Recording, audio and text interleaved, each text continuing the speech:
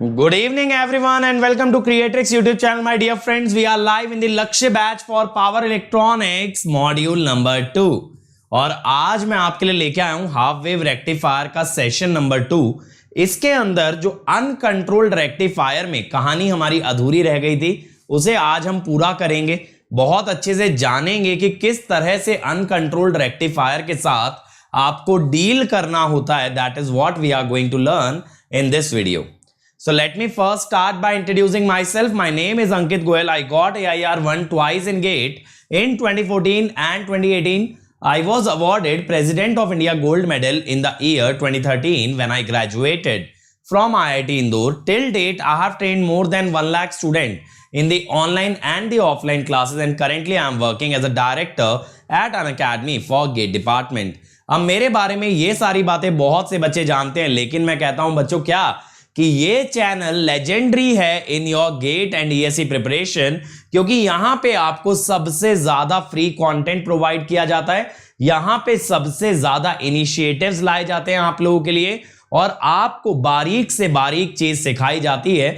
ना सिर्फ इंजीनियरिंग सिखाई जाती है, इंजीनियरिंग के application A to Z concepts, motivation, strategy, हर चीज आपको एक सिंगल लोकेशन पे मिलती है। That is Creatrix YouTube channel. अब देखो यार, अगर मैं बात करूं कि हमारे इनिशिएटिव्स की, तो हमारे इनिशिएटिव हमेशा ध्यान रखना, they are not restricted to YouTube, they are also available on the Unacademy learning app. तो बस आपको अनअकैडमी ऐप डाउनलोड करना है, इंस्टॉल करना है, उसके बाद कोई भी फ्री इनिशिएटिव देख सकते हो, simply unlocking it using the code Ankit ESE। Other than that बेटा देखो, ये मेरी सारी स्पेशल क्लासेस का अड्डा है। जब भी मैं कोई स्पेशल क्लास लेता हूं तो I inform you guys here कि यहां पे जाओ बच्चों, अपकमिंग में चेक करो कौन सी क्लासेस आगे होने वाली हैं। अदर देन दैट मेरे बच्चों, आप चाहो तो प्लस पे आ सकते हो। Right now is the best time to join plus, क्योंकि यहां पे मिलेंगी live classes by the top educator, comprehensive के साथ साथ क्रैश कोर्स, और ना सिर्फ इतना, आपको दिया जाता है daily homework, weekly test, test series, question bank और आपके डाउट्स भी आंसर होते हैं बेटा। मैं डेली शाम को 5 बजे से 6 बजे के बीच या 5:45 तक मैं सारे डाउट्स आंसर करता हूं। जितने भी प्लस यूजर्स के होते हैं वो डेली मुझसे लाइव आके अपनी क्वेरीज कर पाते हैं फ्रॉम ऑल द सब्जेक्ट। अगर आप भी चाहते हो तो आपको प्लस पे आना चाहिए। अदर देन दैट बेटा, आप आइकॉनिक के लिए जा सकते हो, जहां पे प्लस के बेनिफिट्स के साथ मिलेगा पर्सनल कोच जो पूरा स्टडी प्लानर बनवाएगा। टीचर्स आपको गाइड करेंगे, मोटिवेट करेंगे in study booster session. Test analysis मिलेगा, स्टडी मटेरियल मिलेगा और एक डेडिकेटेड टीम आपको मिलेगी जो सारी क्वेरीज आंसर करती है।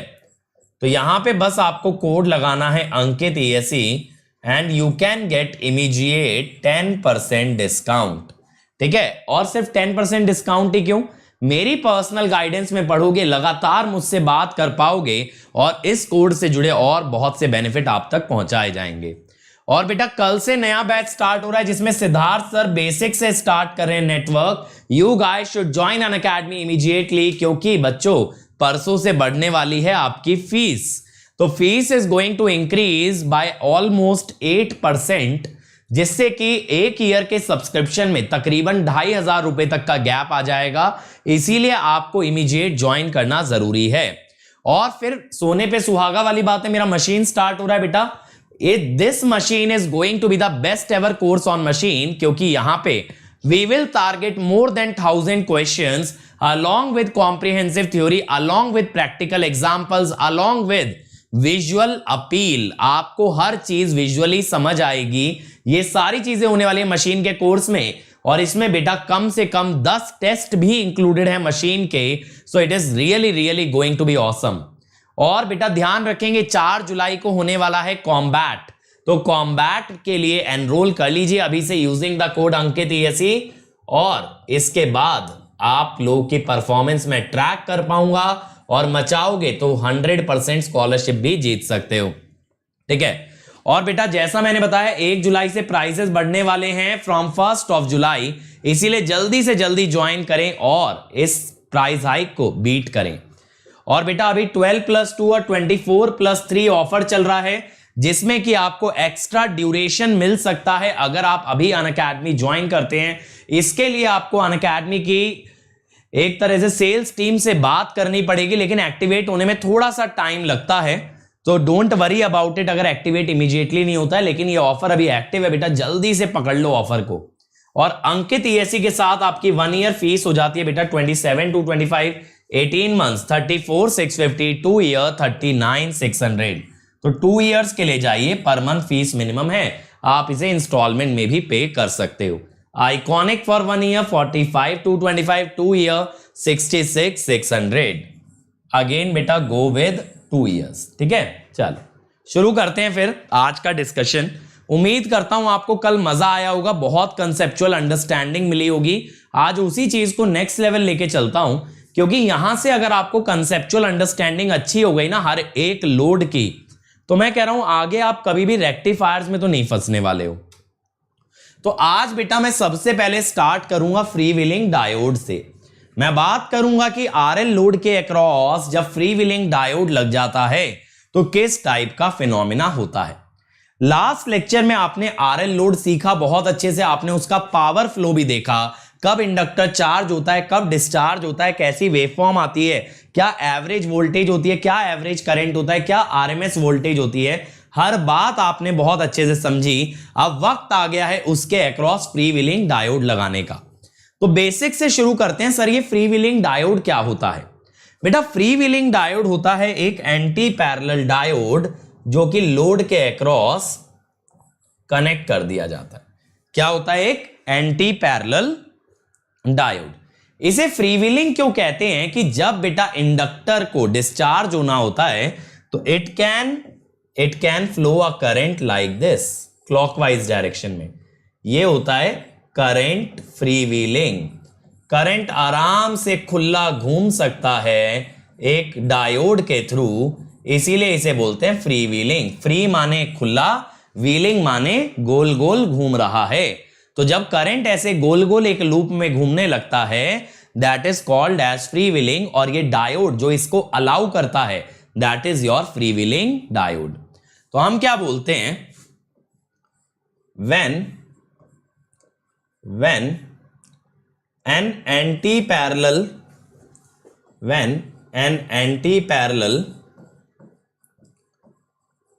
diode is connected across load, when an anti-parallel diode is connected across load and when on short circuits the load, when on short circuits the load so that current can flow freely through diode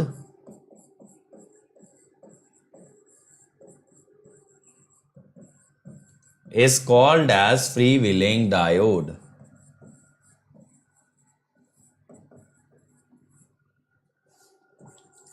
ठीक है, ऐसे diode को कहते हैं free wheeling diode. समझ में आया? Free wheeling diode का मतलब समझ आया? बताओ। एकदम बेसिक से लेके चल रहा हूं, ऐसा नहीं कि फ्री व्हीलिंग तो नाम तो सुना ही होगा, अब आगे काम की बात करते हैं ना, बेसिक से एकदम। अब इसके बाद देखो बेटा क्या होता है, यहां पे मैं 2 डायोड्स देख पा रहा हूं, एक D1 और एक फ्री व्हीलिंग डायोड। तो मैं कहता हूं कि when D1 is on, जब D1 ऑन होगा तब क्या होगा? जब D1 ऑन होगा ना बेटा, तब ये वाला डायोड तो शॉर्ट सर्किट हो जाएगा।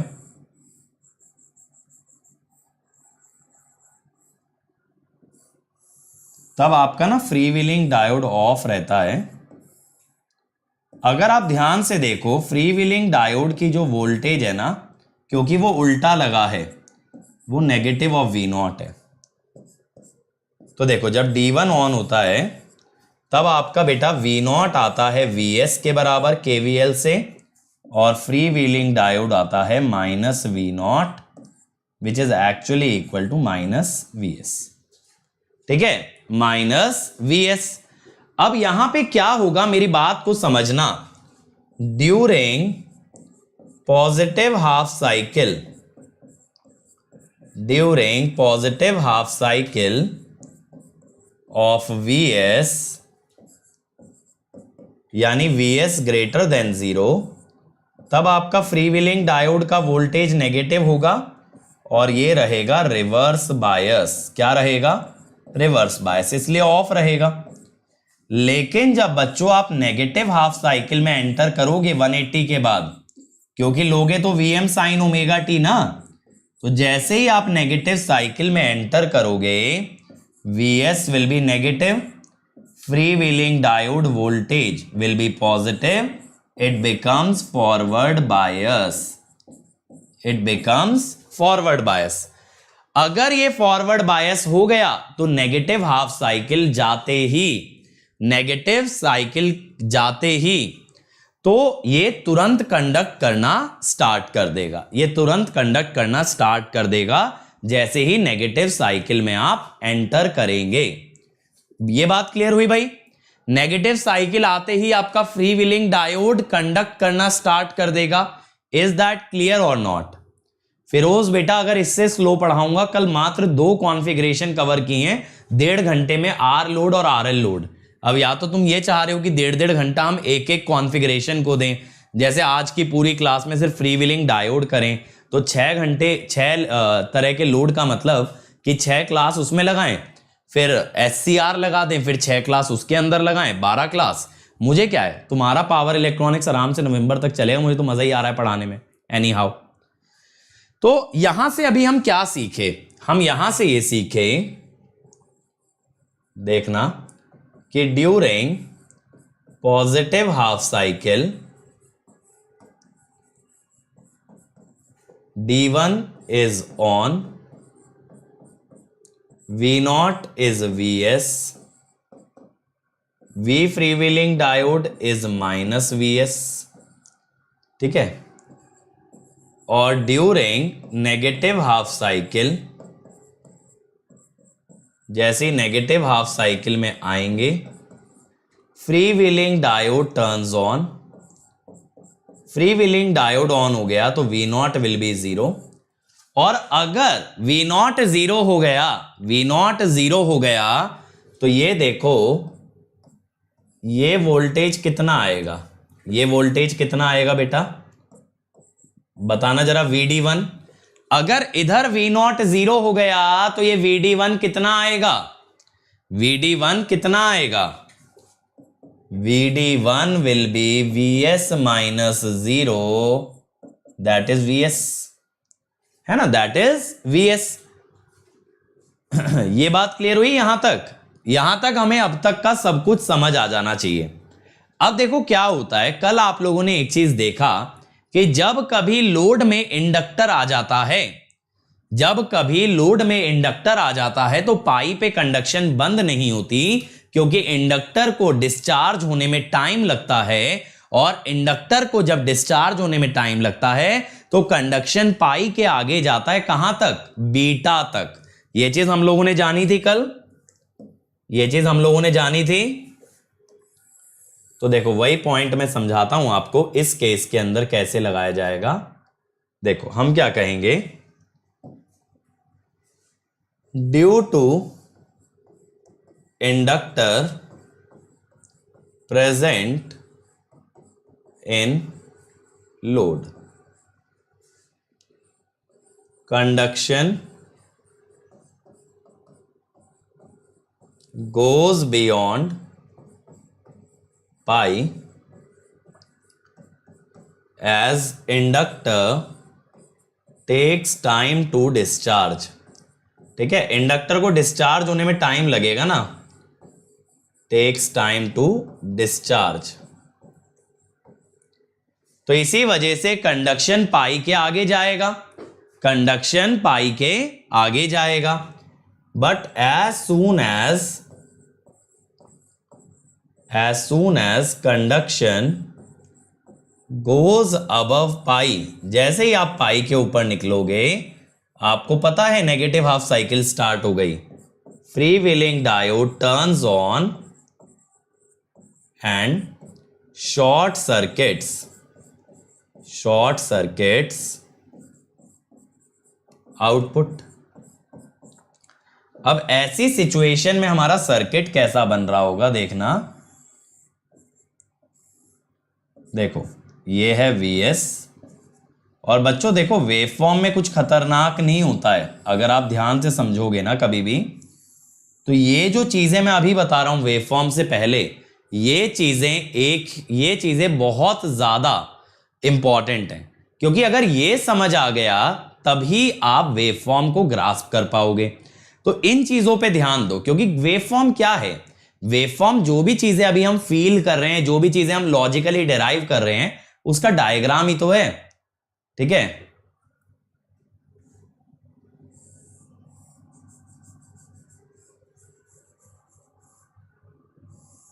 देखो अब जब ये फ्री व्हीलिंग डायोड ऑन हो गया तो V0 हो गया 0। अब करंट ऐसे फ्लो करेगा। अब अगर आप ध्यान से देखो तो ये डिस्चार्जिंग RL सर्किट हो गया ना, ये क्या बन गया एक तरीके से डिस्चार्जिंग RL सर्किट। तो इंडक्टर धीरे धीरे डिस्चार्ज होगा, डिस्चार्जिंग RL सर्किट। ये बात समझ में आई। जब फ्री व्हीलिंग डायोड ऑन होगा, ठीक है, फ्री व्हीलिंग डायोड ऑन होगा, then it will become a discharging RL circuit. Is that clear और नॉट?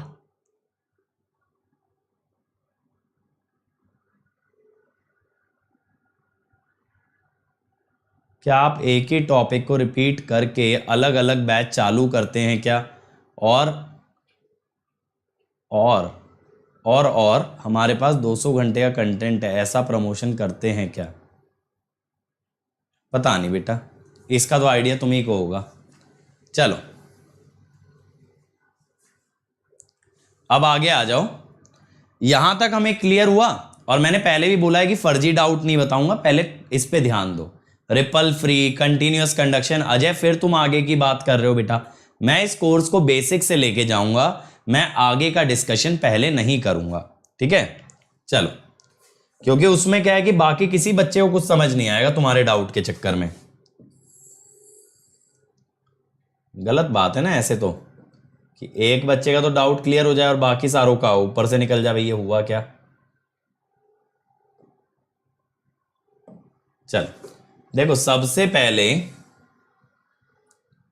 सबसे पहले मैं Vs बनाऊंगा। ठीक है, Vs के बाद मैं बनाऊंगा V0। ठीक है, V0 के बाद मैं जाऊंगा I0 पे। I0 के बाद क्या होगा? V डायोड, इसको थोड़ा ऊपर ले लेते हैं।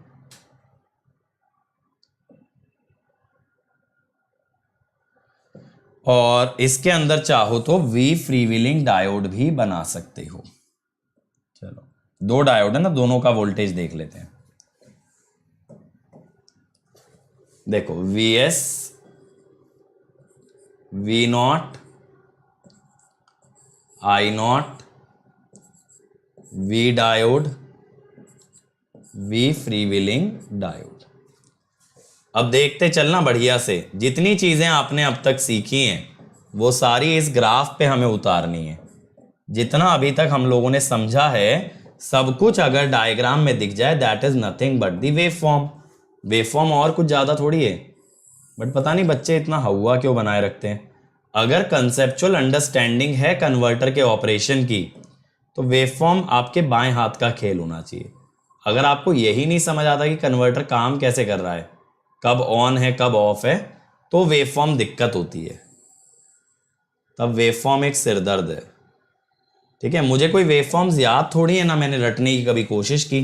क्यों रटें भाई, जब बना सकते हैं बेसिक से देखो एक काम करते हैं, एम्पलीट्यूड भी बना लेते हैं, अच्छा ग्राफ आता है फिर, है ना? सही बात है ना, बढ़िया ग्राफ आता है।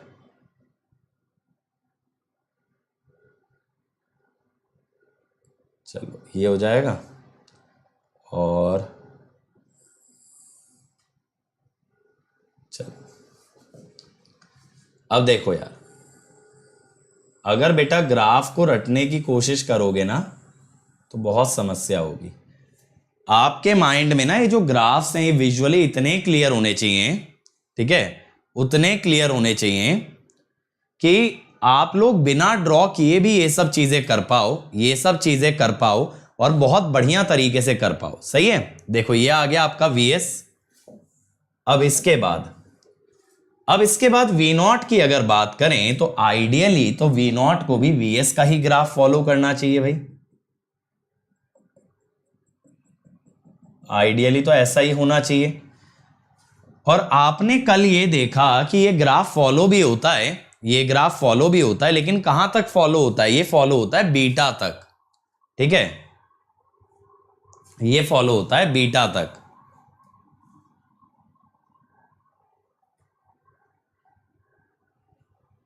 क्या जितना समझा रहे हैं उतना देख लो, फिर जब एडवांस होती चीजें तो कहते तब क्या क्या बताया था पहले, क्या मतलब?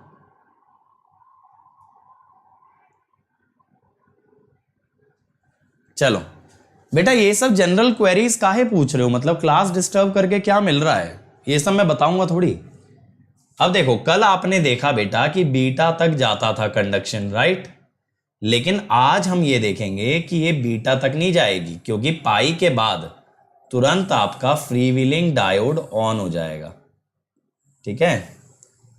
पाई के तुरंत बाद क्या ऑन हो जाएगा? फ्री व्हीलिंग डायोड यहां से ऑन हो जाएगा।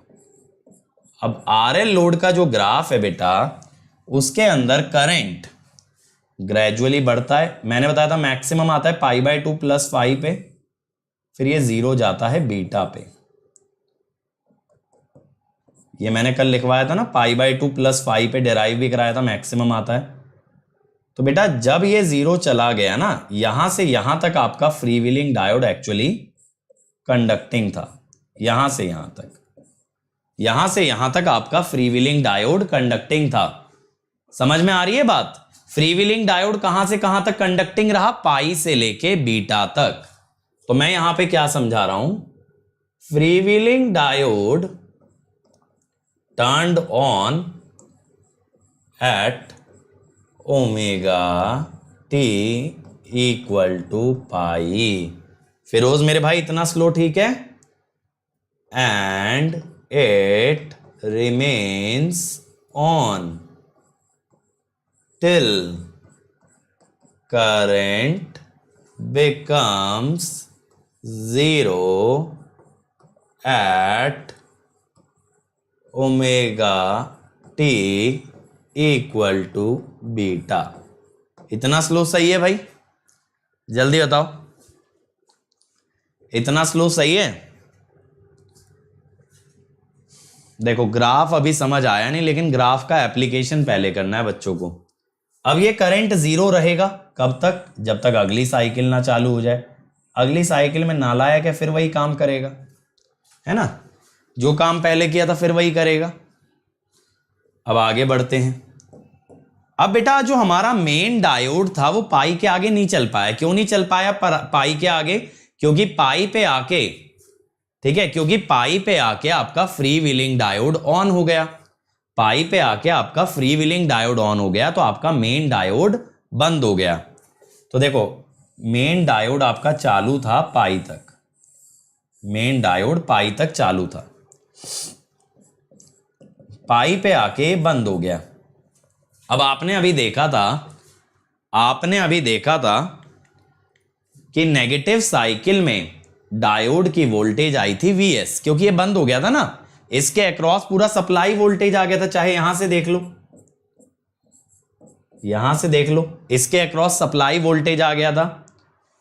अब सप्लाई वोल्टेज जो आ गया था तो ये एग्जैक्टली ऐसा ही ग्राफ बन जाएगा।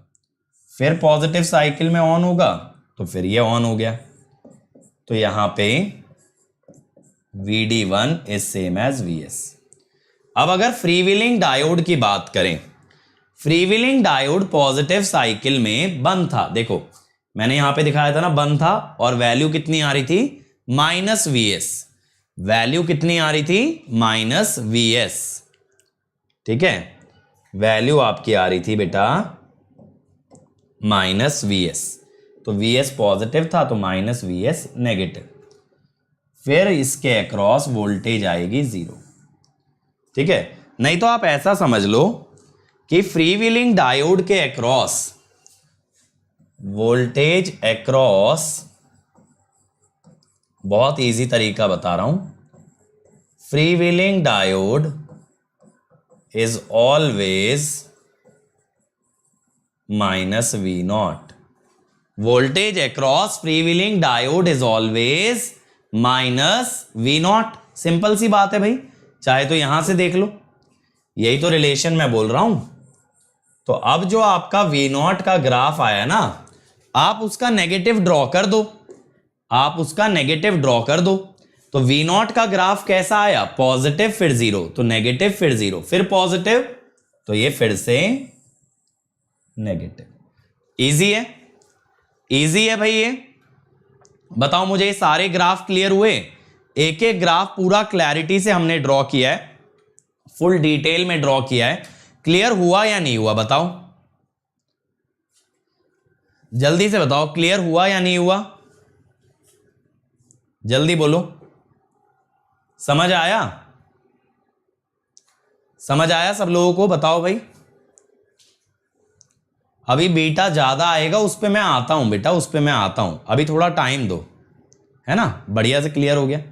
चलो अब देखो, फिर से हम बात करते हैं कुछ एक जनरल पैरामीटर की।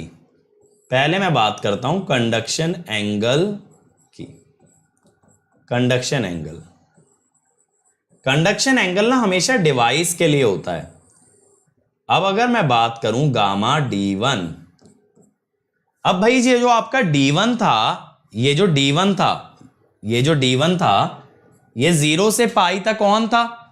ये जो D1 था ये 0 से पाई तक ऑन था, तो पाई -0 is pi, pi -0 is pi, ठीक है। अब देखो बच्चों, जब मैं आपसे ये पूछता हूं कि समझ आया या नहीं आया, ठीक है, जब मैं आपसे पूछूं समझ आया या नहीं आया, कोई डाउट तो नहीं है, बात क्लियर हुई, उसका तात्पर्य ये होता है कि जो बात मैंने बताई वो क्लियर हुई या नहीं। उसका मतलब ये नहीं होता इसके इर्द गिर्द और क्या तुम्हारे दिमाग में क्वेश्चन आ रहे हैं ना, उसका मतलब सिर्फ इतना है जो मैंने बताया उतना दिमाग में गया, गया तो बहुत बढ़िया। और अगर उसके इर्द गिर्द कोई डाउट आ रहा है, समय के साथ सारे डाउट दूर हो जाते हैं। थोड़ा सा समय रखें, पेशेंस रखें, सब्र रखें, सब चीजें क्लियर होंगी। लेकिन जितना मैंने बताया उतना दिमाग में जाना जरूरी है, वो नहीं गया तो दिक्कत है। वो चला गया, उसके बाद इर्द गिर्द के ऐसा होता तो क्या होता, ये क्यों होगा, वो क्यों होगा, ऐसा क्या होगा, सबका समय आएगा, ठीक है।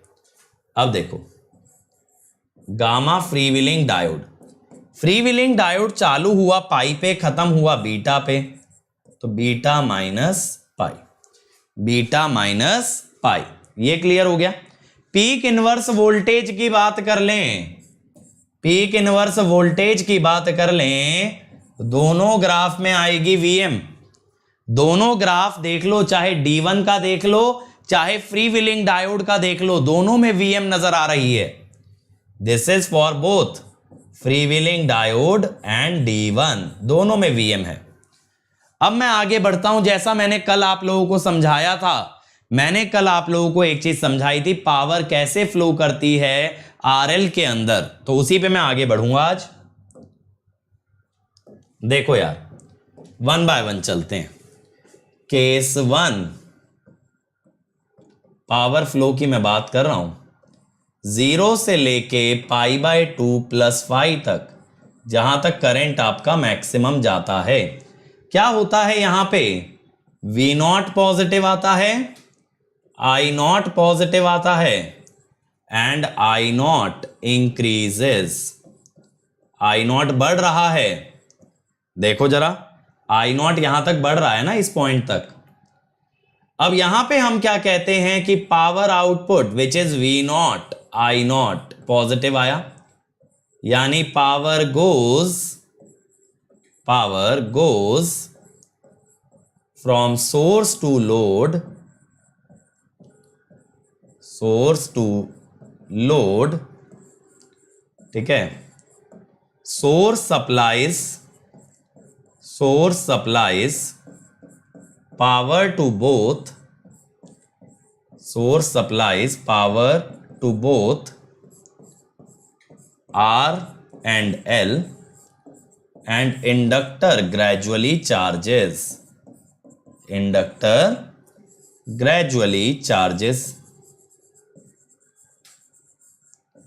ठीक है। अब इसके बाद क्या होता है, ये तो एक केस हो गया। अब मैं इसके आगे आप लोगों से बात करूंगा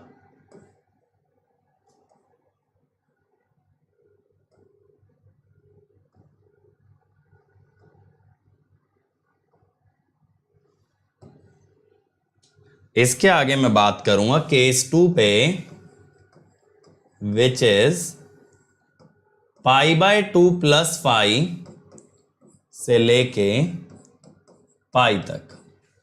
अब इस दौरान बेटा V0 पॉजिटिव है, I0 पॉजिटिव है, P0 पॉजिटिव है, but I0 decreases.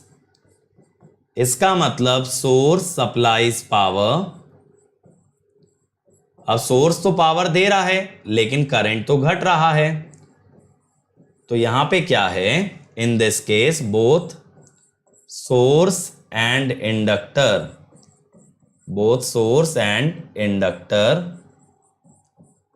Deliver power to resistor, ठीक है भाई। इंडक्टर का करंट घट रहा है माने इंडक्टर डिस्चार्ज हो रहा है। इंडक्टर अगर डिस्चार्ज हो रहा है तो एनर्जी जा कहां रही है, रेजिस्टेंस में। सोर्स भी दे रहा है एनर्जी, वो भी कहां जा रही है, रेजिस्टेंस में। अब आते हैं बेटा तीसरी चीज पे जो कि ज्यादा इंपॉर्टेंट है। ये तो हमारा कल जैसा ही है ना, ये तो हमारा पिछले लेक्चर जैसा ही है। मेन है केस नंबर 3, ये है बेटा पाई से लेके बीटा तक। अब इस दौरान आपका V0 हो गया है 0, बट I0 पॉजिटिव है। इसका मतलब source does not supply any power, source कोई पावर नहीं दे रहा है, ठीक है। Source does not supply any power. अब यहां पे I0 इज रिड्यूसिंग, तो therefore inductor discharges through resistance. अब इंडक्टर अपनी एनर्जी सोर्स को तो दे नहीं सकता क्योंकि पावर 0 आ रही है ना, V0 I0। अब देखो यार, जब फ्रीव्हीलिंग डायोड नहीं था तब इंडक्टर की एनर्जी दो जगह जा रही थी, रेजिस्टेंस में भी और कुछ एनर्जी लौट के जा रही थी सोर्स में भी। तो इंडक्टर काफी तेजी से डिस्चार्ज होगा क्योंकि इंडक्टर अपनी एनर्जी दो पार्ट में सप्लाई कर रहा है। हम कहते हैं without freewheeling diode inductor discharges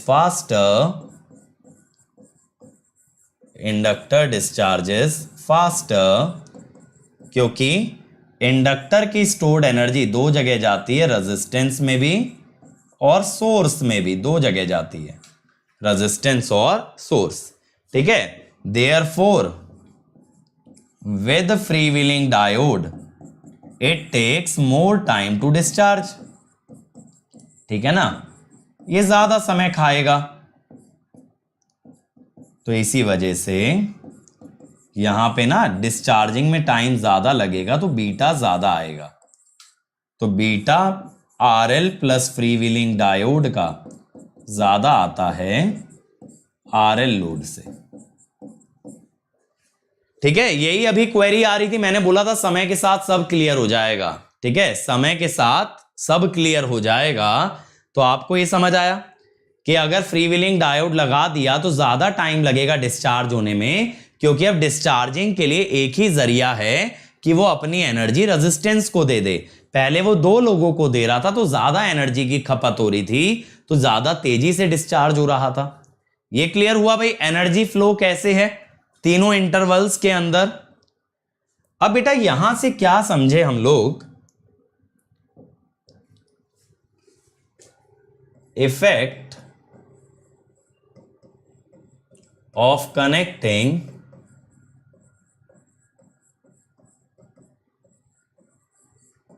freewheeling diode.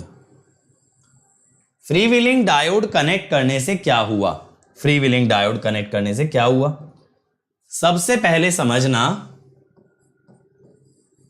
The negative part या portion of V naught vanishes. ठीक है, नेगेटिव पोर्शन गायब हो गया। ये बात को समझना, देखो यहां पे ये जो नीचे जाता ना, नीचे वाला हिस्सा वो कट गया, नीचे वाला हिस्सा कट गया तो इसका मतलब area of V naught increases. भाई जब नेगेटिव वाला कट गया तो ओवरऑल एरिया तो बढ़ गया ना, पहले पॉजिटिव और नेगेटिव मिलके मिलते तो टोटल जो आता वो कम आता, पॉजिटिव प्लस नेगेटिव का, अब ज्यादा आएगा। और वी नॉट एवरेज ये क्या होता, area under V naught over period, ये भी बढ़ गया, ये भी बढ़ गया। ठीक है, सेकंड ये बात क्लियर हो गई। Continuity of I not increases. देखो हम ये चाहते हैं यार, ये जो लोड का करंट है ना आई नॉट, कि ये कांस्टेंट जाए। क्यों चाहते हो कांस्टेंट जाए, आइडियली आप ये चाहते हो कि डीसी साइड पे जो भी करंट मिले वो एकदम फ्लैट मिले, डीसी साइड पे जो भी आपको करंट मिले वो एकदम फ्लैट मिले, that is what you want, that is what you want. ठीक है, अब डीसी साइड का करंट अगर आप चाहते हो एकदम फ्लैट मिले तो वो लगातार चलते रहना चाहिए। अब लेकिन हमने ये देखा वो लगातार नहीं चलता, वो बीटा पे आके बंद हो जाता है। यहां बीटा बढ़ गया यानी कि अब वो ज्यादा समय बाद बंद होता है। देखो क्या होता है कि करंट खत्म होता है हमारा बीटा पे, राइट, और दोबारा चालू होता है 2 पाई पे। जबकि आइडियली मैं ये चाहता हूं करंट बंद ही नहीं होना चाहिए, लगातार फ्लो करता रहे। तो ये बीटा जितना आगे सरक सरक के 2 पाई की तरफ आएगा, that is more desirable, that is more desirable. ठीक है, तो मैं क्या कहता हूं, ध्यान से सुनना, ideally DC current must be constant but it goes to 0 at beta. As beta increases and goes near 2 pi, conduction tends to become continuous.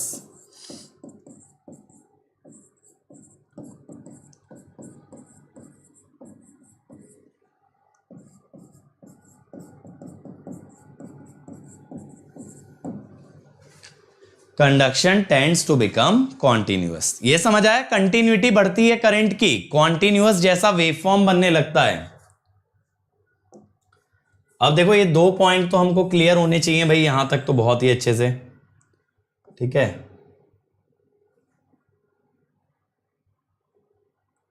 चलो अब इसके बाद मैं आता हूं तीसरे पॉइंट पे। ठीक है, तीसरा पॉइंट अभी एक बच्चे ने बहुत अच्छा लिखा, RMS value of V naught decreases.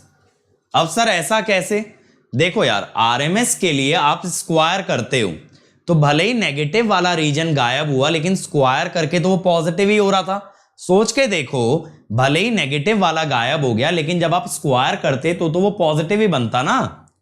तो यहां पे क्या होता है, for RMS we take square of V naught, but since a portion of V naught vanishes, area under V naught square, समझे? यहां ये मत सोचो वो एरिया तो नेगेटिव था, क्योंकि स्क्वायर कर देता तो पॉजिटिव ही आता, तो स्क्वायर का तो पॉजिटिव एरिया गायब हुआ है, पॉजिटिव एरिया गायब हो गया, तो area under V not square reduces, RMS V not reduces. अब देखो बेटा अगली चीज, form factor V not RMS by V not average. RMS घट गया, एवरेज बढ़ गया, तो फॉर्म फैक्टर बढ़ेगा। Voltage ripple factor, sorry form factor घटेगा, वोल्टेज रिपल फैक्टर VRF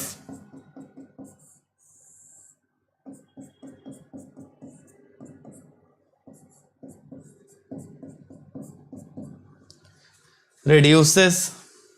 अब सिक्स्थ, अब बेटा इनपुट पावर फैक्टर आपने लिखा था V not average I not average by VS RMS IS RMS। Actually not V not average I not average, यहां पे था रियल पावर। तो ये जो इनपुट पावर फैक्टर ना ये भी बढ़ेगा, क्योंकि V नॉट का एवरेज वैल्यू बढ़ रहा है। तो एक तरह से पॉजिटिव इंपैक्ट है ओवरऑल अगर देखा जाए V नॉट बढ़ने का, या ये कह दो फ्री व्हीलिंग डायोड लगने का। ठीक है, ओवरऑल अगर देखोगे तो काफी अच्छा इंपैक्ट आ रहा है इससे। समझ आया क्या क्या फायदे होते हैं फ्री व्हीलिंग डायोड लगने के? तो बेटा अभी मैं इतना डिटेल में इसलिए लेके चल रहा हूं एक एक चीज को, क्योंकि जब आप आगे जाओगे तो आगे ना मुझे इन चीजों को डायरेक्टली यूज करने में दिक्कत नहीं होगी। मैं सीधा आपसे पूछूंगा भाई फ्री व्हीलिंग डायोड से क्या होता है, आप कहोगे सर बीटा बढ़ता है, सर एवरेज बढ़ता है, आरएमएस घटता है, पावर फैक्टर बढ़ता है, आपको पता होगा। ठीक है, हाँ बेटा अगर फॉर्म फैक्टर घट रहा है तो 1 की तरफ आ रहा है, समझे? क्योंकि ये 1 से बड़ा होता है, कम होने का मतलब 1 की तरफ आना, ये 1 से छोटा थोड़ी होता है। अब इसके बाद बेटा अगर हम V नॉट एवरेज की बात करें,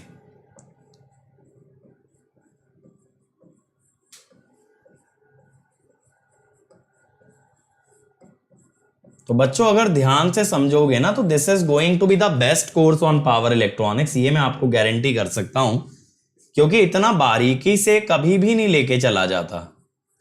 ऑनेस्टली इतना टाइम मैं नहीं स्पेंड करता हूं पावर इलेक्ट्रॉनिक्स के अंदर जितना इस समय पे आपको हर कॉन्सेप्ट क्लियर करने के लिए कर रहा हूं। 0 to pi Vm sin omega T D omega T. ठीक है, पाई तक ही तो दिख रही है V नॉट। साइन का integration minus cos,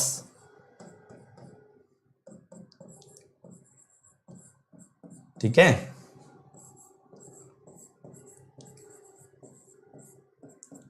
V not RMS, देखो आधा साइन है, पूरा साइन होता तो Vm/√2, आधा साइन है, आशुतोष ध्यान से देखना, आधा साइन है इसीलिए पाई/2 पाई Vm/2। अब मैंने आपको क्या बताया था कि फॉर एवरेज और DC component of current, for average और डीसी कंपोनेंट ऑफ करंट, कल बताया था ना इंडक्टर शॉर्ट होता है।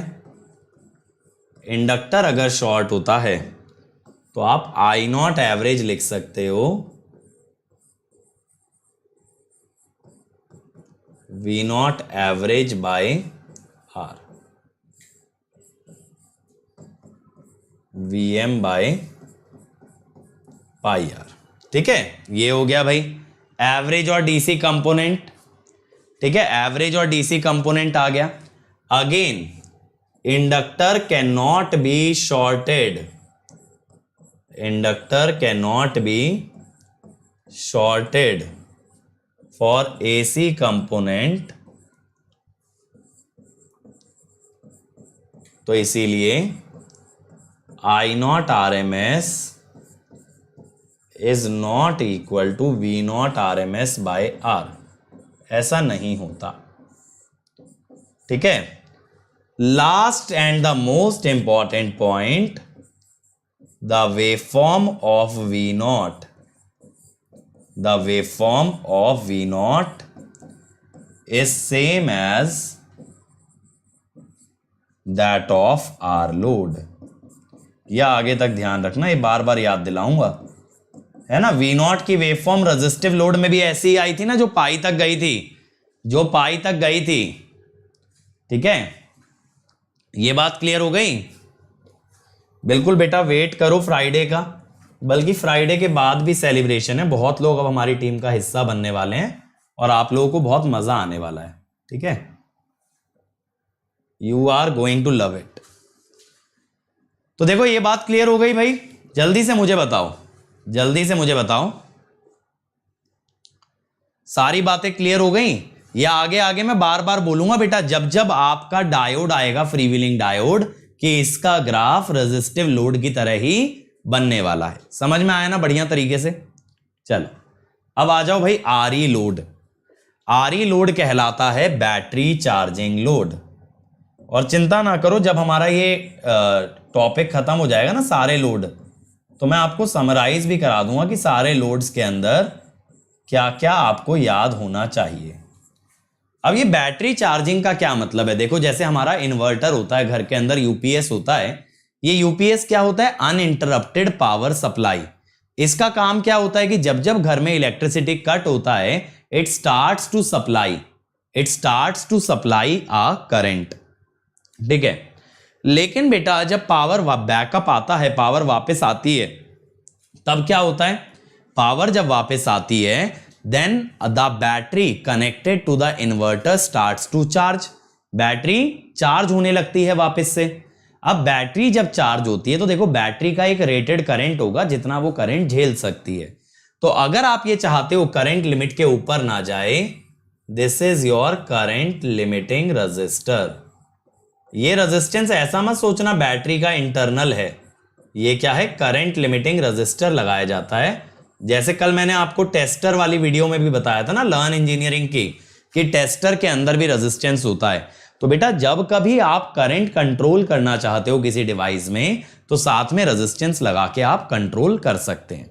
और ये बैटरी है जिसको कि हम एक एसी सोर्स की मदद से चार्ज करते हैं। अब देखो, वापस आ जाओ फंडामेंटल्स पे। मैंने आपको क्या बताया फंडामेंटल्स के अंदर, कि भाई जब कभी डायोड के किसी सर्किट के साथ डील करो, तो पावर इलेक्ट्रॉनिक्स में यूज करना चाहिए short circuit test. Short circuit test हमें क्या बताता है? कि भाई जब आप पहले डायोड को ऑन मान लें, है ना, यही तो कहता है। जब मैं कहता हूं apply short circuit test, apply short circuit test, तो इसमें हम क्या कहते हैं कि ऐसा मान लिया जाए कि डायोड है आपका ऑन, डायोड है आपका ऑन। अगर बेटा डायोड मेरा ऑन है, तो अब मैं कहता हूं कि डायोड में से करंट निकालो।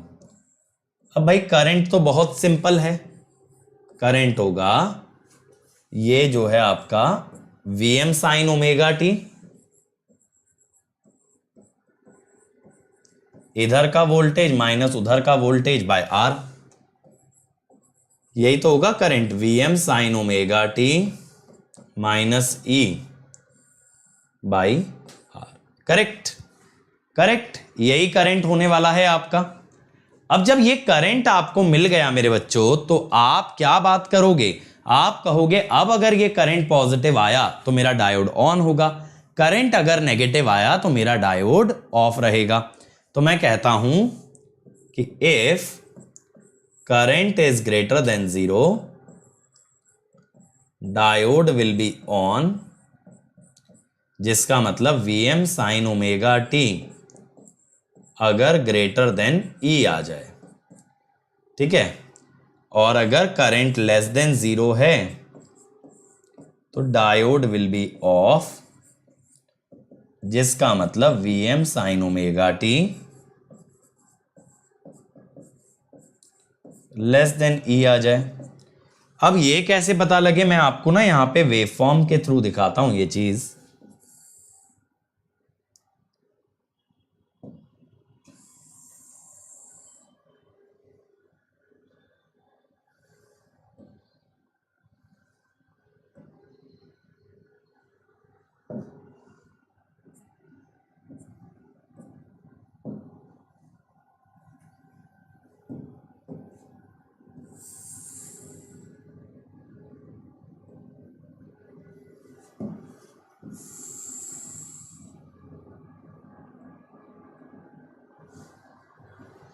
अब देखो,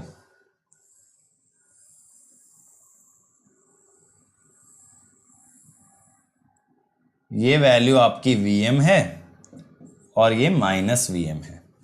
अब जो E होगा ना यार, वो Vm से तो छोटा ही लेना पड़ेगा। Vm से अगर बड़ा ले लोगे तो कोई सेंस ही नहीं है, तो Vm से छोटा लिया मैंने, ये ले लिया E। Vm से बड़ा लूंगा तो टकराएंगे नहीं ना दोनों, तो ये हो गया मेरा E, करेक्ट। अब मैंने बोला डायोड ऑन कब होगा, डायोड ऑन कब होगा, जब आपका सप्लाई वोल्टेज E से बड़ा हो जाए, यानी ये रीजन, इस रीजन के अंदर आपका डायोड ऑन होगा, ठीक है, इस रीजन के अंदर आपका डायोड ऑन रहेगा। Jaden, actually the power electronics complete syllabus in English is already present on this channel. Just search Creatrix Power Electronics. You will get the entire playlist. Last year I taught this entire course in English. तो बेटा ये आया हमारे पास, इसके लिए ना मुझे intersection points की जरूरत पड़ेगी। अब देखो साइन की वैल्यू ना दो जगह बराबर होती है, थीटा और पाई माइनस थीटा। ऐसा कैसे, क्योंकि sine theta is equal to sine pi minus theta. Sine का ग्राफ सिमेट्रिकल है ना, लेफ्ट से और राइट से, तो जितना जीरो के आगे उतना पाई के पीछे, ये दोनों पॉइंट सिमेट्रिक होंगे, थीटा और पाई माइनस थीटा। अब थीटा कौन सा पॉइंट है जहां पे साइनोसोइडल वोल्टेज और ईएमएफ बराबर हैं, जहां दोनों वोल्टेज बराबर हैं वो एंगल है थीटा। तो मैं कहता हूं कि अगर हमें थीटा निकालना है, determining theta, then what will I say कि Vm साइन ओमेगा टी को E के बराबर कर दिया जाए, तो थीटा पे बराबर है ना, तो sine theta is equal to E, तो theta is basically sine inverse E by Vm, sine inverse E by Vm, ये हो गया हमारे पास। तो अब यहां पे क्या होगा बेटा, यहां पे हम ये कहेंगे therefore diode remains on,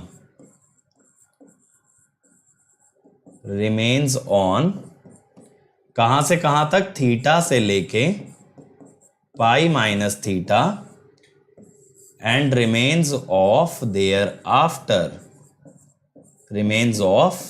after, उसके बाद बंद ही रहना है, ठीक है, उसके बाद नहीं चालू होने का।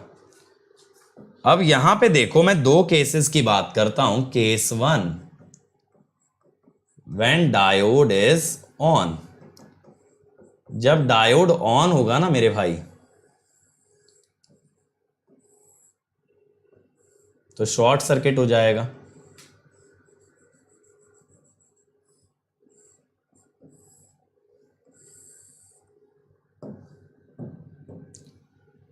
ऐसी सिचुएशन में ये है Vs और ये है V0, तो V0 तो सेम एज Vs आ गया, और करंट I0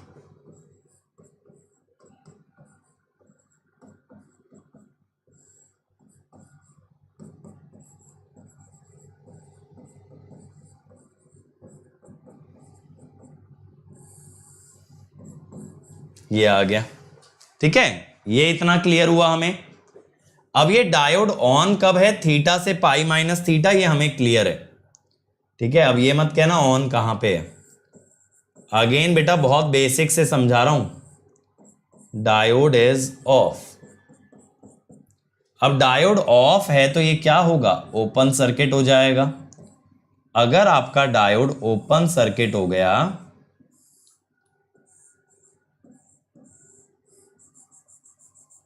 आइडियल डायोड लेके चलते हैं ना, आइडियल डायोड ऑफ स्टेट में ओपन होता है, तो यहां पे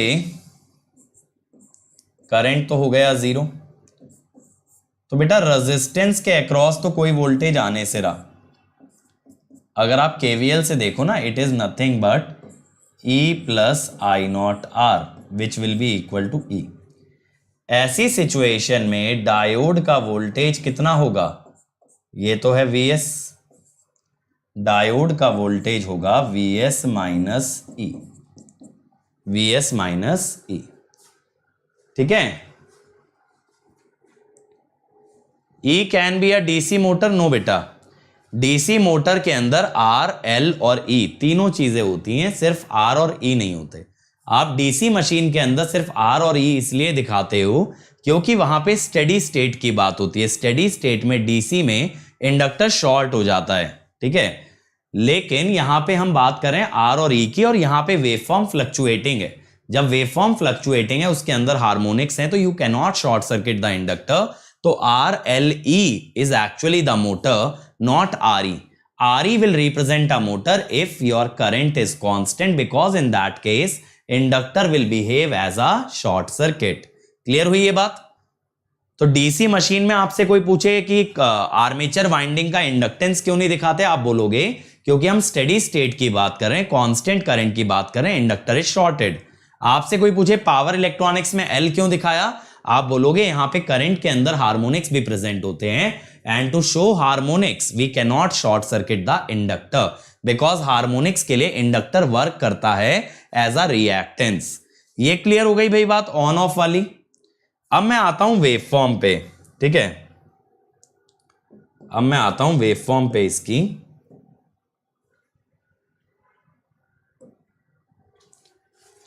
देखो वेवफॉर्म बनाएंगे बढ़िया से,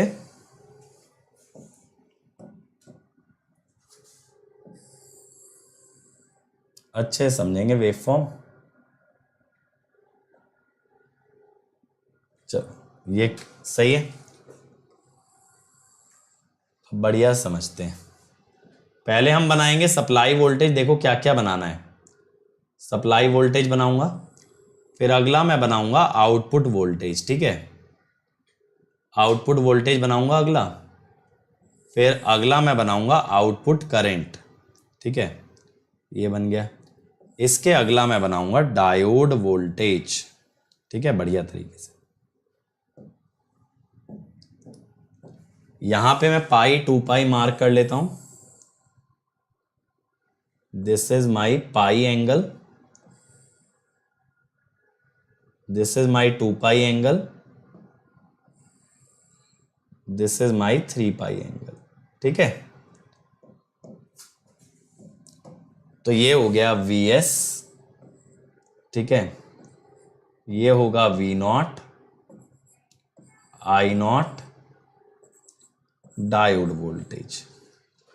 ठीक है, अब मैं यहां पे Vs का एम्पलीट्यूड बनाता हूं। This is my amplitude in the positive direction, in the negative direction, in the positive direction. ठीक है, और इसके अलावा पहले अब मैं यहां पे ना Vs ड्रॉ कर लूं। देखो मैं ना पहले यहां पे Vs ड्रॉ कर लूं। अब बेटा अगर मुझे थीटा की जरूरत है, अगर मुझे थीटा की जरूरत है तो मुझे E बनाना पड़ेगा, जब भी तो थीटा निकालूंगा। E और Vs के इंटरसेक्शन से, E और Vs के इंटरसेक्शन से I will compute the value of theta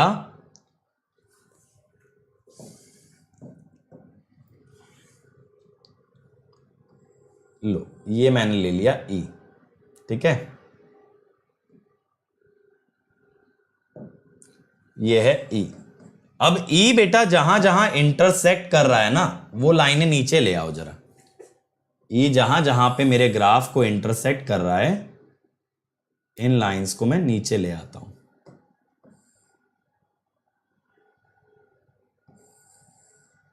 ठीक है। ये ई के इंटरसेक्टिंग पॉइंट्स मैं नीचे ले आया। अब आगे बढ़ते हैं, ठीक है। यहां पे भी एक बार मैं ई बना लेता हूं।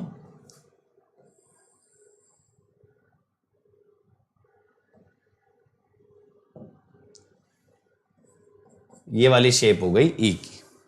अब सुनना मेरी बात ध्यान से, ये वाला जो पॉइंट है ना बेटा ये थीटा है and this is pi minus theta, theta pi minus theta, फिर ये 2 pi plus theta, this is 3 pi minus theta.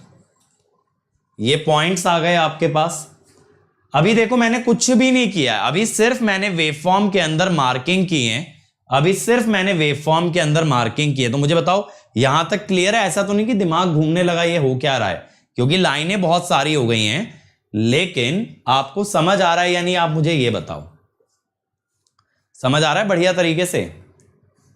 अब देखो हमने क्या बोला, अब देखो हमने क्या बोला, हमने ये बोला बेटा कि थीटा से पाई माइनस थीटा तक डायोड ऑन है और वहां पे वी नॉट है वीएस। हमने बोला थीटा से पाई माइनस थीटा तक डायोड ऑन है और वहां वी नॉट है वीएस।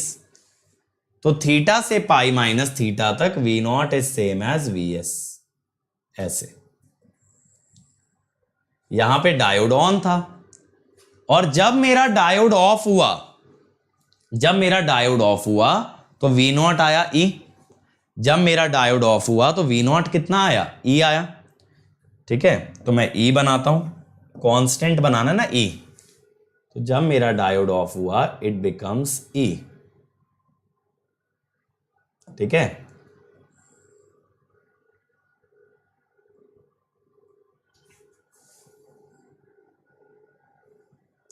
ये क्लियर हुआ? यहां पे आपको Vs मिल रहा है, यहां पे आपको E मिल रहा है, फिर Vs मिल रहा है। ये ग्राफ क्लियर हुआ V नॉट का? जल्दी बताओ, ये ग्राफ क्लियर हुआ V नॉट का? थीटा से पाई माइनस थीटा तक Vs, यानी ये येलो वाले ग्राफ जैसा, और उसके अलावा E, उसके अलावा E। तो देखो मैं यहां पे ड्रॉ भी कर देता हूं। कहां गया वाला पेन हमारा?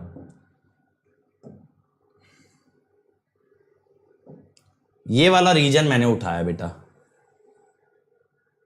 एक सेकंड रुकना।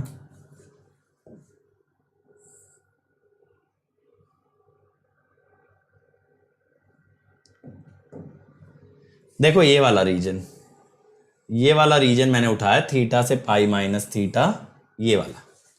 अब समझ आ रहा है कौन सा रीजन मैंने वेवफॉर्म का पिकअप किया है? क्लियर हुआ? अब बढ़िया से समझ आ गया होगा ना? वही ग्राफ मैंने नीचे बनाया है। अब आई नॉट की बात करें, आई नॉट की। अब देखो बेटा अगर आप ऐसा सर्किट देखो, अभी आप बस ना इतना देखो, अभी आप भूल जाओ सोर्स वगैरह सब। इसके अक्रॉस वोल्टेज है वी नॉट और इसमें करंट है आई नॉट। तो अगर आप ये सर्किट देखो तो आप ये कह सकते हो I naught will be V naught minus E by R. यही होगा ना, V naught minus E by R. हाँ, मैग्नीट्यूड भी वी एस के सेम होगा।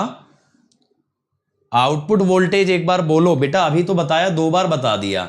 जब डायोड ऑन है यानी थीटा से पाई माइनस थीटा, तो सप्लाई जैसा ग्राफ बनाया। अभी मैंने तुम्हें हाईलाइट करके भी दिखाया यहां पे, यहां से यहां तक जब डायोड ऑन है तो सप्लाई वाला ग्राफ उठा लिया मैंने, ये वाला पार्ट। और बाकी जगह जहां पे डायोड ऑफ है वहां पे ई आ गया, जहां पे आपका डायोड बंद है वहां पे ई आ गया, तो बाकी जगह इट्स कांस्टेंट ई, ठीक है। अब देखो बेटा, ये बैक ईएमएफ नहीं है, ये बैटरी का वोल्टेज है। तुम लोग कहां जा रहे हो? अब मैं कहता हूं कि V naught minus E by R करना है, तो V नॉट माइनस ई का मतलब क्या है? Shift V not downwards. अब तुम्हें पता है, समझ आ रहा है ना, तुम्हारे दिमाग में अंट सवाल आ रहे हैं, क्योंकि अब तुम्हें पहली बार समझ आ रहा है ये आरी लोड है ना, तो दिक्कत तो आएगी। अब समझ कैसे आने लग गया? हमें तो यही नहीं समझ आता था। अब इसे नीचे ले आओ। इसे नीचे लाने का मतलब क्या हुआ? ये जो E वाली वैल्यू है ना, ये 0 हो जाएगी। ये जो E वाली वैल्यू है ये 0 पे आएगी। भाई अगर आप नीचे शिफ्ट कर रहे हो E से, तो E तो 0 पे ही जाएगा।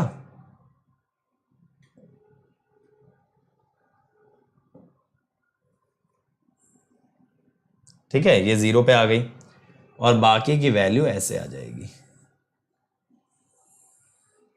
देखो ये जो इसकी हाइट है ना, ये Vm है,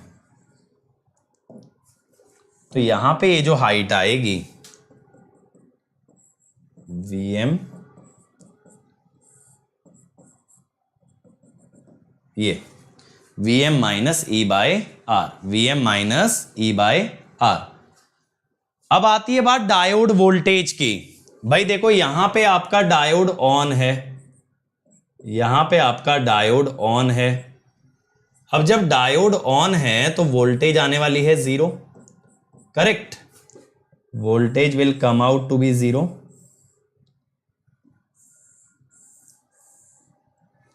ये हो गया। अब बेटा वोल्टेज 0 आएगी, लेकिन जब डायोड बंद है, जब डायोड बंद है, जरा देखें कहां गया, ये रहा ना, हाँ, डायोड जब ऑन है तो वोल्टेज कितनी है? सप्लाई माइनस ई। अब ये ग्राफ अच्छे से समझने की कोशिश करना। डायोड के अक्रॉस वोल्टेज है सोर्स माइनस ई। अब देखो सोर्स वाली वोल्टेज ये रही, इसे ई नीचे शिफ्ट करना है, तो मैं एक काम करता हूं, मैं ना आपको ऐसे बना के दिखाता हूं।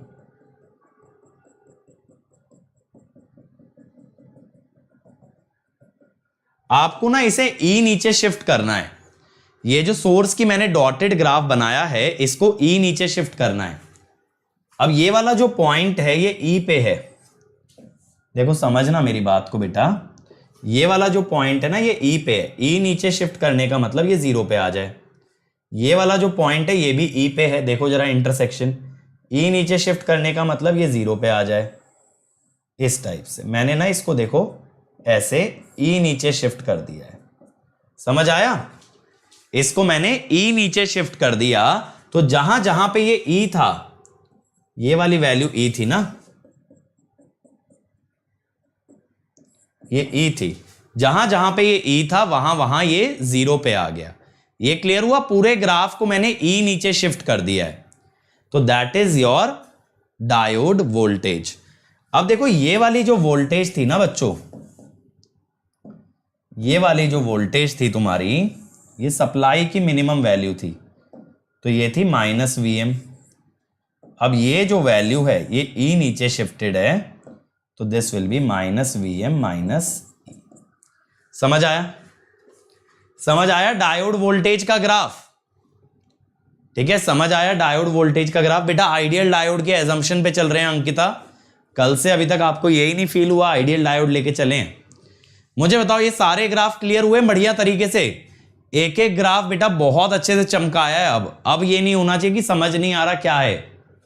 समझ आया ना बढ़िया तरीके से?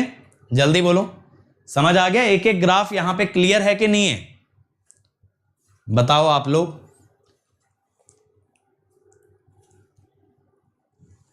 बेटा ये देखो ई नीचे क्यों शिफ्ट किया, क्या लिखा है? फिरोज पढ़ो, Vs माइनस ई। Vs माइनस ई मैं यहां पे लिख भी देता हूं बेटा। When diode is off,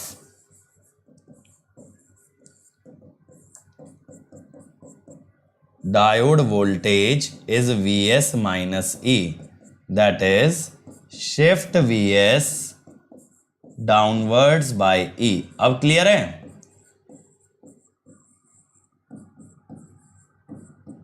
सब कुछ एक्चुअली आपके पास न्यूमेरिकली लिखा हुआ है, बस उस चीज को मैंने ड्रॉ करके दिखा दिया है। ठीक है, आकाश बेटा कल वाले न्यू बैच में तो मुश्किल है, क्योंकि उसमें सिद्धार्थ सर 7 बजे से नेटवर्क स्टार्ट कर रहे हैं, मेरा मशीन भी 7 बजे से स्टार्ट हो रहा है, तो उस सेम बैच में तो नहीं होगा ऑब्वियसली। बट शंकर सर का नेटवर्क भी आ रहा है 14 जुलाई से, तो आप उसमें भी ज्वाइन कर सकते हो। अब देखो भाई, वन बाय वन बात कर लेते हैं। पहले कुछ सिंपल पैरामीटर्स की बात करते हैं। पहले मैं बात करता हूं एक्सटिंक्शन एंगल की।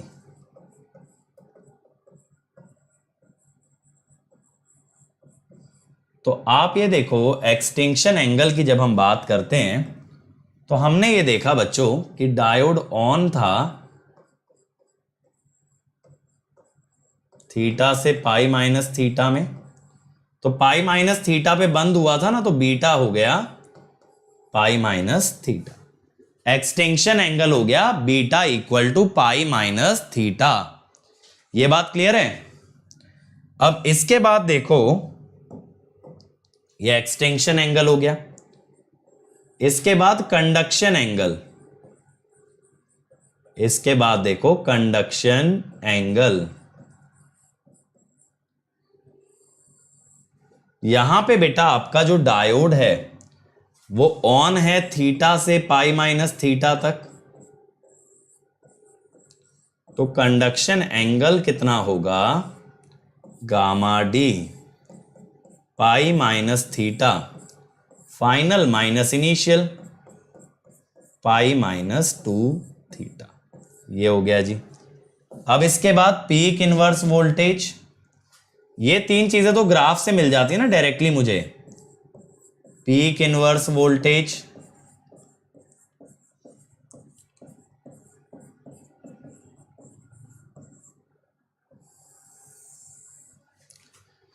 ठीक है। पीक इनवर्स वोल्टेज में अगर आप देखो कितना आ रहा है मिनिमम, माइनस वीएम माइनस ई, माइनस वीएम माइनस ई। तो पीआईवी जो है, नेगेटिव साइन हटा के लिखते हो ना, वीएम प्लस ई। ये हो गया जी पीआईवी, ठीक है, ये हो गया पीआईवी। अब इसके बाद मैं अगला निकालता हूं average output current. Sir voltage क्यों नहीं निकाल रहे? बताता हूं। मेरे को ना यहां वोल्टेज निकालना पसंद नहीं है। ईएमएफ वाले की जब बात आती है ना, तो I don't like computing voltage. उसका क्या रीजन है? देखो करंट जो है ना, करंट काफी देर तक जीरो रहता है, वोल्टेज यार कभी जीरो जाती ही नहीं है।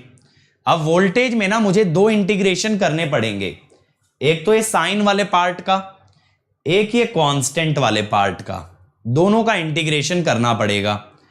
लेकिन यहां पे अगर देखूं तो मुझे इंटीग्रेशन सिर्फ इतना लेना पड़ेगा, करेक्ट। यहां पे देखो, ये जो मैंने आपको शेडेड रीजन दिखाया है, सिर्फ इतना इंटीग्रेशन आपको लेना पड़ेगा, इससे ज्यादा लेने की जरूरत नहीं पड़ने वाली है। तो ये आसान हो गया काम, ठीक है। तो यहां पे हम लोग क्या करेंगे, हम लोग बोलेंगे I naught average 1/2 pi, half wave rectifier है, साइकिल 2 पाई की होगी, लेकिन करंट इसके अंदर फ्लो करता है थीटा से पाई माइनस थीटा। समझ में आया?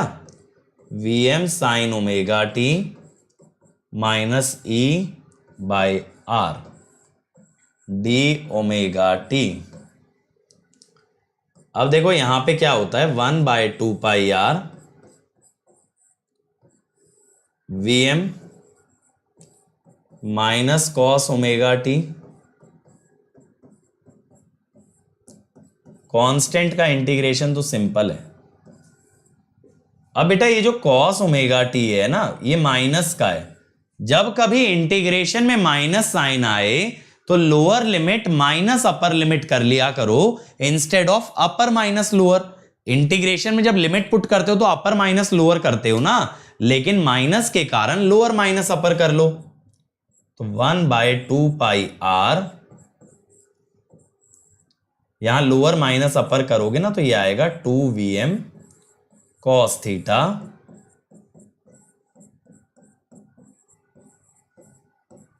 ठीक है, ये हो गया। अब अगर आपको एवरेज आउटपुट वोल्टेज चाहिए,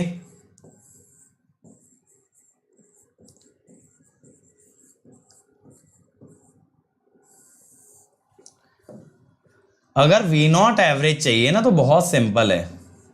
we not average is I naught average into R plus E, into R plus E, ये हो गया। ठीक है, अब इसके बाद अगर हमें आरएमएस करंट चाहिए, इसके बाद अगर मुझे आरएमएस आउटपुट करंट चाहिए,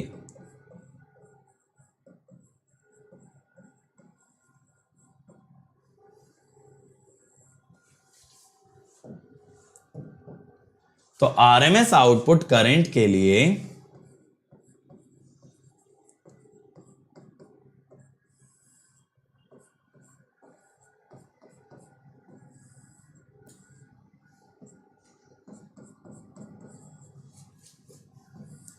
करंट का स्क्वायर लेते हैं ना,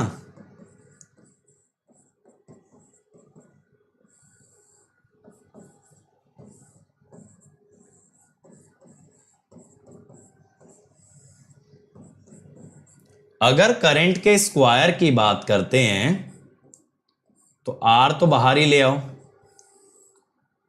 1/2 पाई। देखते चलना बेटा कैसे करते हैं। यहां थोड़ी लंबी कैलकुलेशन होती है, बट इस पे ना क्वेश्चन अगर आएगा आरई लोड के आरएमएस करंट पे, तो वो बेटा गेट में तो नहीं आएगा, क्योंकि ये लंबा होता है आरएमएस करंट।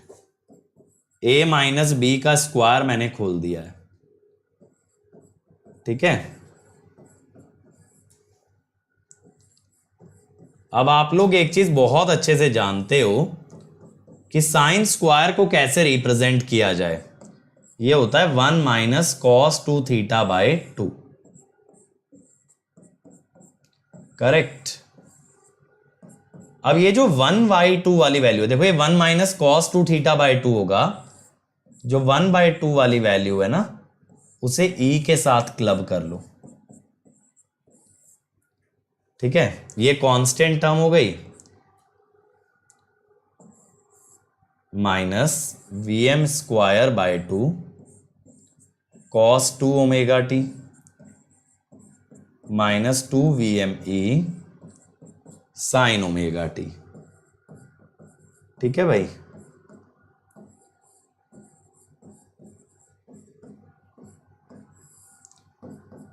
अब कर दो भैया इंटीग्रेशन। अब तो इंटीग्रेशन आसान है, इंटीग्रेट करके लिमिट्स ही तो डालनी है।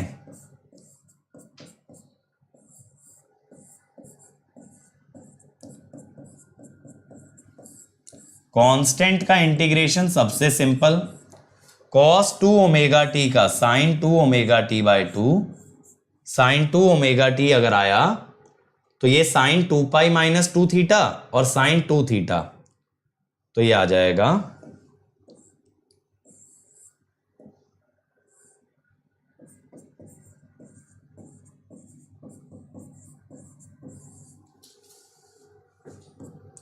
और ये हो जाएगा साइन का इंटीग्रेशन माइनस कॉस आएगा। तो मैंने बस क्या किया है ना, इंटीग्रेशन करके लिमिट डाल दी है। अब सर ये वीएस क्या आ गया, ऊपर तो वीएम था, वीएस है वीएम बाय √2। ठीक है, ये आ गया। क्लियर हुआ भाई, ये क्लियर हुआ, ये बात क्लियर हो गई।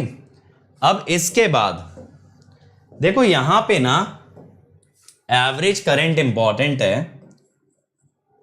Average current is responsible for charging the battery, for charging battery and hence called as charging current. क्योंकि अगर आपने मेरा नेटवर्क देखा है तो मैंने एवरेज करंट का बताया भी है कैसे चार्ज से रिलेटेड होता है ना। मैं फिर भी बता देता हूं आपको कि आई एवरेज क्या होता है, 1/t integral I D T. Integral I D T होता है चार्ज, तो इसीलिए हम कहते हैं Q is proportional to I average. इसीलिए यहां एवरेज करंट इंपॉर्टेंट है, ठीक है, इसीलिए यहां एवरेज करंट इंपॉर्टेंट है।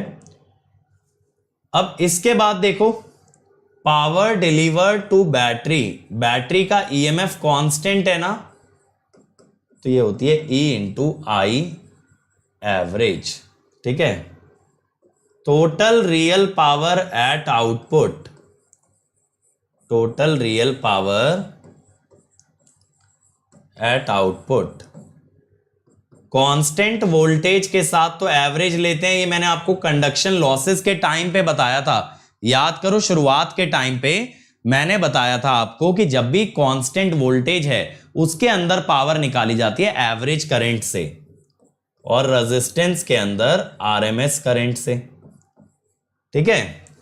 अब दूसरी बात, अगर आपसे कोई पूछ ले input power factor,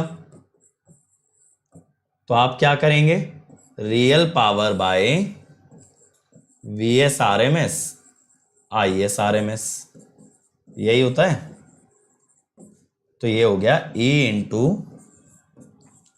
I average plus I RMS square into R. VS RMS और आईएस आरएमएस भी आई आरएमएस होगा, ठीक है। Source and load current are same, ऐसा क्यों भाई, सोर्स से ही तो लोड में जा रहा है, source and load current are same. जब डायोड ओपन हो जाता है तो ना तो सोर्स में करंट ना तो लोड में, सिंपल सी बात है। सोर्स और लोड सीरीज में कनेक्टेड हैं तो उन दोनों का ही करंट आपका सेम आने वाला है। और दूसरी चीज बेटा एक और यहां पे याद रखना, RMS V naught has to be computed separately. अगर आपको वी नॉट आरएमएस निकालना है ना, it has to be computed separately V not RMS is not equal to I naught RMS into R plus E. ये average में तो चल जाता है लेकिन आरएमएस में नहीं चलेगा। वी नॉट आरएमएस आपको ना इस ग्राफ से निकालना पड़ेगा, इसके ग्राफ से। दो हिस्सों में इंटीग्रेशन होगा जैसा मैंने बताया, थीटा से पाई माइनस थीटा एक, तो उसमें होगा वीएम साइन ओमेगा टी के स्क्वायर का इंटीग्रेशन, बाकी में ई का स्क्वायर।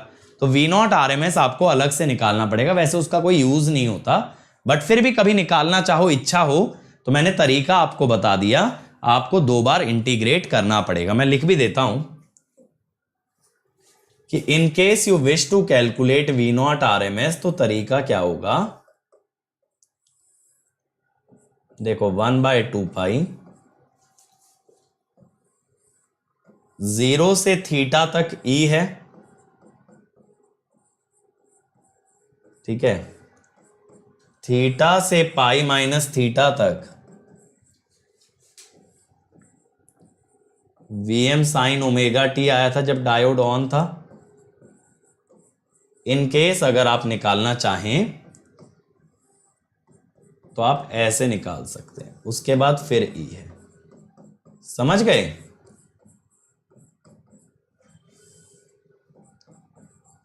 ऐसे आ जाएगा। फिर चाहोगे तो फॉर्म फैक्टर भी निकाल सकते हो। वैसे तो यहां करंट इंपॉर्टेंट होता है, वोल्टेज नहीं, फिर भी मैं बता दे रहा हूं। फिर वोल्टेज रिपल फैक्टर भी निकाल सकते हो,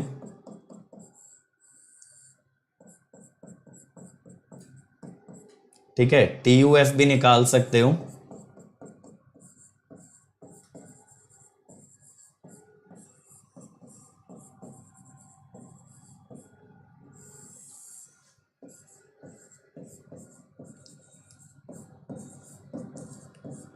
यहां पे वी नॉट एवरेज अभी आपने लिखा था कि केवीएल के हिसाब से, एवरेज में आपका केवीएल आराम से लग जाएगा, आरएमएस में डायरेक्टली केवीएल नहीं लगता, ठीक है, क्योंकि आरएमएस में स्क्वायर करनी पड़ती है ना क्वांटिटीज। तो a प्लस बी का square a square plus B square थोड़ी होता है, उसमें एक टर्म 2ab की भी आ जाती है। आईएस आरएमएस तो आप जानते ही हो, आई नॉट आरएमएस, ठीक है, मैं यहां पे छोटा सा लिख भी देता हूं, फिर कुछ बच्चे पूछेंगे since I S equal to I naught. तो आ गए ना सारे पैरामीटर, सारे पैरामीटर निकाल दिए हमने, है ना। ये बात क्लियर हुआ। अरे क्योंकि बेटा ऐसे नहीं लिख सकते ना मेरे बच्चे, देखो कहां गया वो सर्किट हमारा। अभी ये जो मैंने सर्किट बनाया, तुम्हें यहां से एक चीज समझ आई, V not is I not R plus E, ठीक है। एल वाले में तो मैंने बोला था आई आर एम एस निकाल ही नहीं सकते, आई आर एम एस निकाल ही नहीं सकते। मैंने यहां पे क्या बोला, सुनो मेरी बात, कि आई नॉट आर प्लस ई आपने किया। अब यहां पे अगर वी नॉट का आर एम एस निकालना है तो वी नॉट का स्क्वायर करना पड़ेगा, जिसमें आई नॉट आर का भी स्क्वायर होगा, ई का भी स्क्वायर होगा, और एक इनकी क्रॉस टर्म भी होगी, इनकी क्रॉस टर्म भी होगी। तो मेरे बच्चों आप सिर्फ ये नहीं कह सकते ना आई नॉट के आरएमएस वाली टर्म ले लो, ई का आरएमएस ले लो, एक क्रॉस टर्म भी तो है, वो भी तो काउंट करनी पड़ेगी, वो भी तो काउंट करनी पड़ेगी। समझ आया, समझ आया भाई, किसका डाउट था? ये डाउट था हाँ विदिशा का। ये क्लियर हुआ डायरेक्टली आरएमएस क्यों नहीं रिलेट हुई, क्योंकि एक इनकी क्रॉस टर्म भी आएगी। एवरेज में क्या है, एवरेज तो लीनियर प्रोसेस है, कोई स्क्वायर तो किया नहीं जाता, तो दोनों तरफ एवरेज ले लिया तो एवरेज एवरेज आ गया, बस खत्म।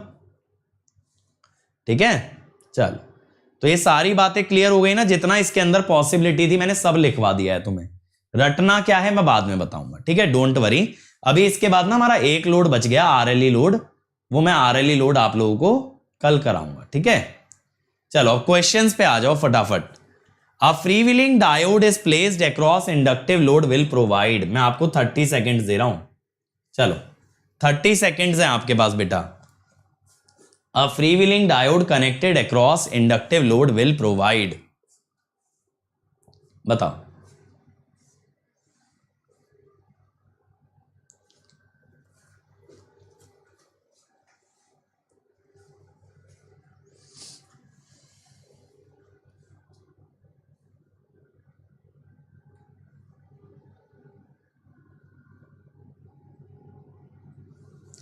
Answer will be improved power factor, ठीक है। स्लो टर्न ऑफ, आप ये कह सकते हो slow extinction, not slow turn off, slow extinction. Turn off device का होता है ना बेटा, डिवाइस कौन सी स्लो बंद हुई बताओ, टर्न ऑफ तो मेन डायोड हो गया था पाई पे, समझ रहे हो, स्लो एक्सटिंक्शन हो सकता था, स्लो टर्न ऑफ नहीं। एक्सटेंशन का मतलब होता है करंट का जीरो जाना, टर्न ऑफ का मतलब होता है डिवाइस का बंद होना। चलो अगला, the RMS value of a half wave rectified symmetrical square wave of current 2 ampere is, RMS बताओ, 30 सेकेंड्स है again. Symmetrical square wave current है 2 एम्पियर का, हाफ वेव रेक्टिफाइड है, उसका आरएमएस बताना है, बताइए जल्दी से बेटा।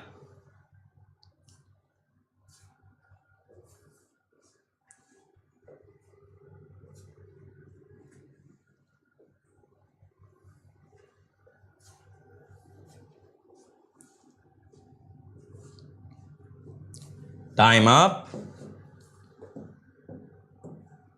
क्वेश्चन में ना कुछ ऐसा दिया है,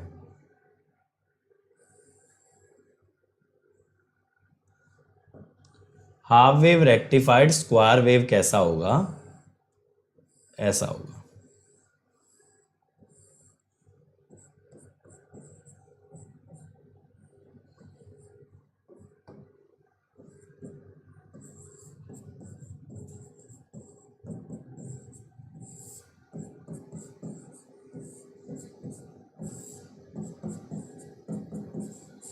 रूट ए, ठीक है, आंसर विल बी ए।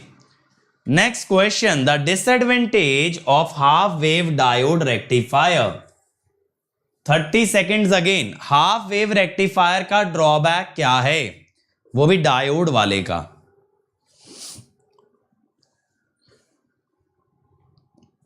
बताओ भाई।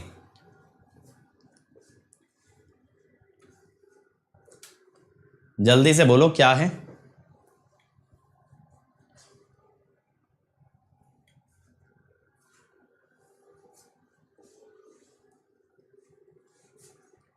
ए नहीं बेटा, answer is C, it has high ripple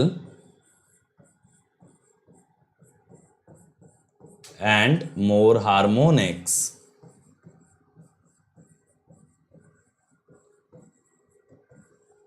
ठीक है, दूसरी बात ये समझो, हाफ वेव रेक्टिफायर में आउटपुट की फ्रीक्वेंसी सप्लाई जैसी होती है, तो हार्मोनिक्स की फ्रीक्वेंसी कैसी होगी?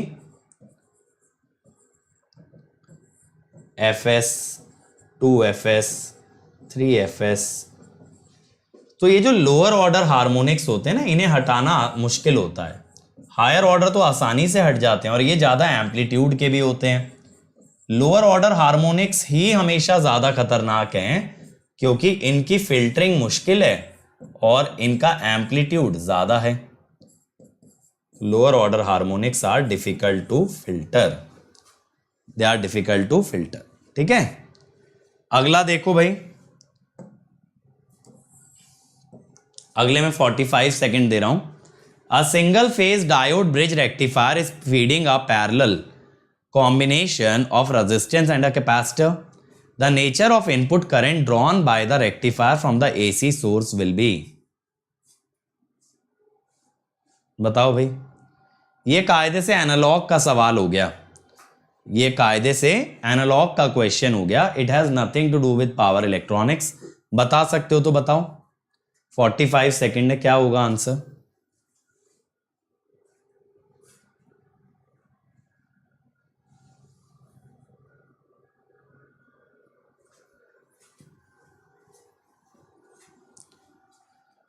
पढ़ने में टाइम लगता है, चलो 15 सेकेंड और दे दिए। आशुतोष कह रहे हैं सी, चलो देखते हैं।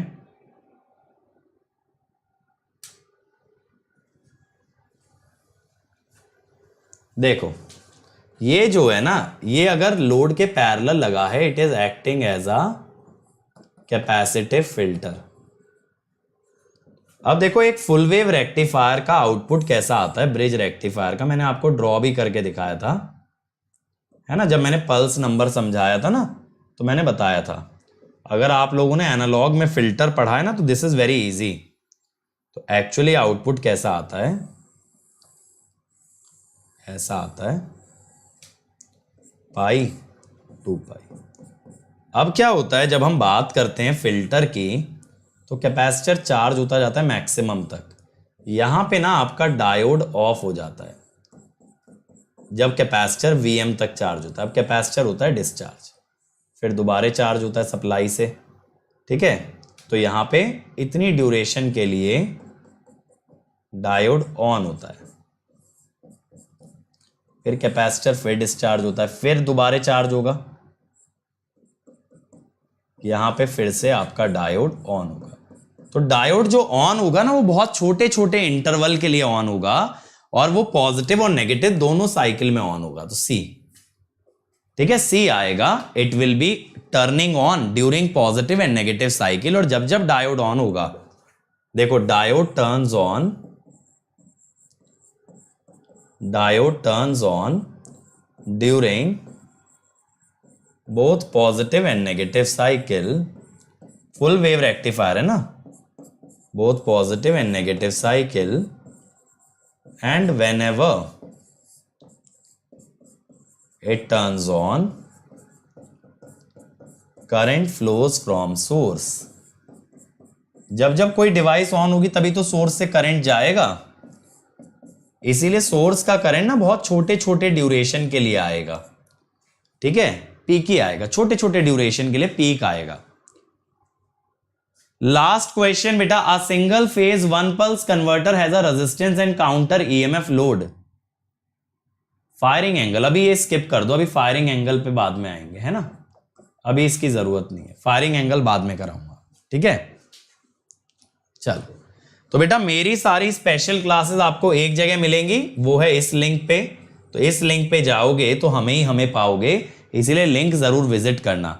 अदर देन दैट 4 जुलाई को हो रहा है कॉम्बैट सभी लोग देंगे। अंकित ESE कोड से एनरोल कर लेना, अच्छा करोगे तो you can even win 100% scholarship on Unacademy subscription.